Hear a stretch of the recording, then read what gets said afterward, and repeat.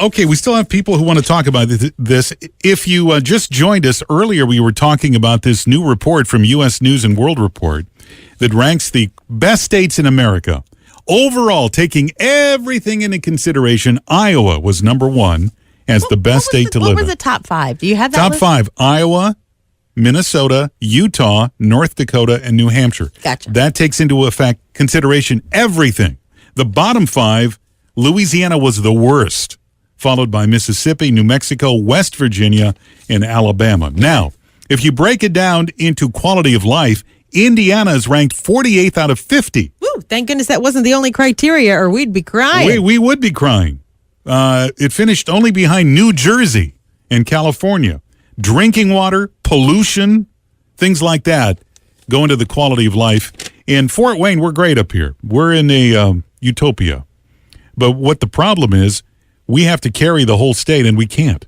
Fort Wayne can't carry the whole state of Indiana, and it brings our state rankings down. Even though it's not like that here, when you think of Indiana, you got all the other cities polluting it.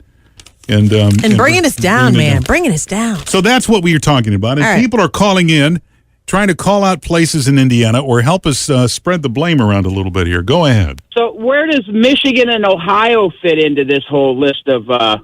quality of life? Well, let's take a look at that one. Okay, well, let's look here. Michigan is at number 29, and Ohio is at number 40. Well, maybe we should just succeed to Michigan because Fort Wayne's back is getting hurt holding up the rest of Indiana. Exactly. Carrie, exactly, my friend. Well, as Jim mentioned, we can't keep doing this forever. We can't. Have you ever worked anywhere or been any part of any organization where you have pretty much carried the water? You've held it up and you just can't do it anymore. You're tired. Do you know what that's like? Oh, yeah. And that goes right back, Jim, to the 20-80 rule that 20% of the people do 80% of the work. Exactly. Let me tell you, it's not easy. Jim Atlas Reed. Yeah.